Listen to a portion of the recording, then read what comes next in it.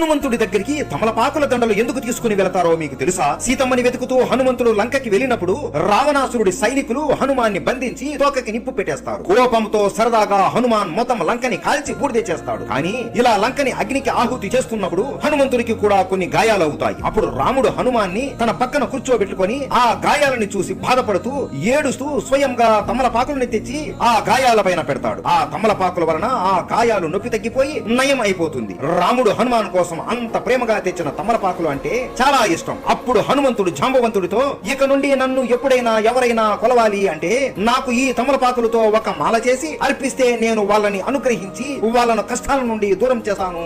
అలాగే నా కోసం తమలపాకులు తెచ్చిన వాళ్ళని నేను రాముడిలాగా భావిస్తాను అని చెబుతాడు. అందుకే ఇప్పుడు కూడా మనం ప్రతి మంగళవారం 5 తమలపాకులు లేదా ఒక తమలపాకు దండ అయినా హనుమంతుడికి అర్పిస్తూ ఉంటాం. మీరు ఎప్పుడైనా హనుమాన్కి తమలపాకులు అర్పించారా? జై బజరంగబలి.